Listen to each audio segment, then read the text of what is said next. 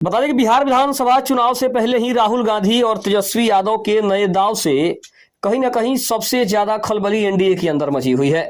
नमस्कार, आइए इस खबर को विस्तार से जानते हैं। उसके पहले चैनल पर नए हैं तो चैनल को जरूर सब्सक्राइब कर लें। बता दें कि हाल ही में राहुल गांधी और तेजस्वी यादव की मुलाकात और उनके राजनीतिक बयानों से बिहार की राजनीति में हलचल मच गई है।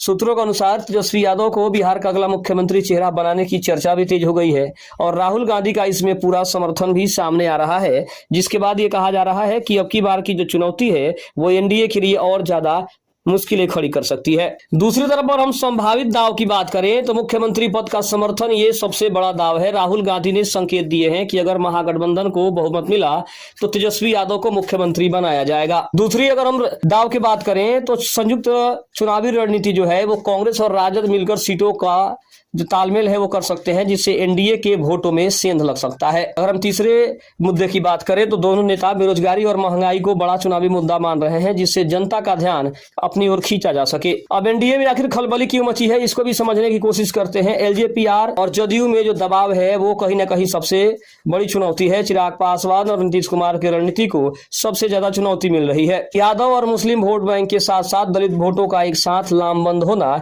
एनडीए के लिए खतरे की घंटी हो सकती है। दूसरी तरफ तेजस्वी खुद को बेरोजगारों की आवाज और राहुल गांधी को संविधान रक्षक के रूप में पेश कर रहे हैं, जो युवाओं और शिक्षित वर्ग को आकर्षित कर सकता है।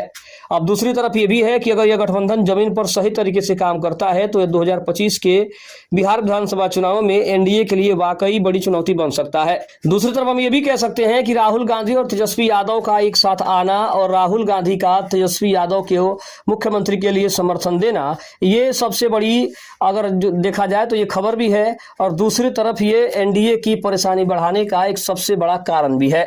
हम ये कह सकते हैं कि सीधे तौर पे अब एनडीए की जो चुनौती है वो सिर्फ तेजस्वी यादव का नहीं बल्कि राहुल गांधी की चुनौती का भी सामना एनडीए को करना पड़ेगा।